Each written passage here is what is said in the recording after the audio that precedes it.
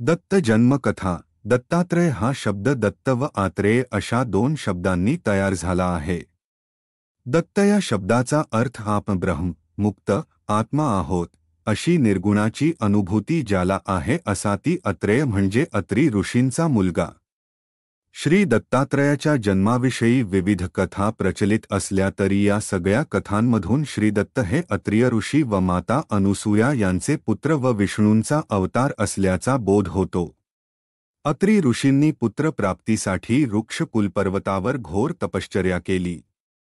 अत्री ऋषींच्या तपाने सारे त्रिभुवन पोळून निघाले.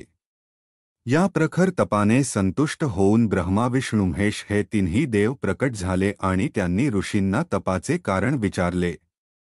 अत्री ऋषींनी त्यांना विनवले की आपण माझ्या उदरी पुत्र रूपाने जन्म घ्यावा. तेव्हा तिन्ही देवांनी त्यांच्या विनंतीला मान दिला.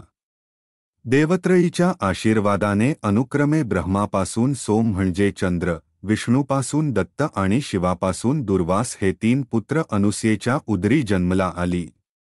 श्री दत्त जन्माची एक कथा ब्राह्मण पुराणात उल्लेखित आहे. अत्री ऋषींनी ब्रह्मा विष्णू महेश यांची पुत्रप्राप्तीसाठी आराधना केली असताना त्यांनी एक रूपवती कन्या प्राप्तीची ही इच्छा दर्शवली.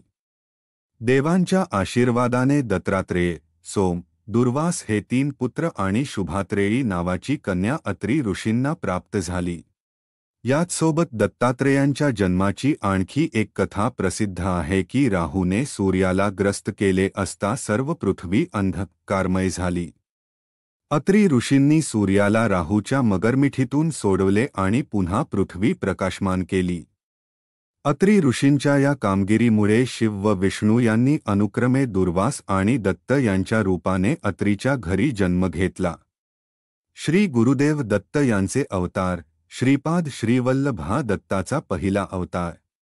श्री नृसिंह सरस्वती हा दुसरा अवतार तर स्वामी समर्थ हा तिसरा अवतार असल्याचे समजतं.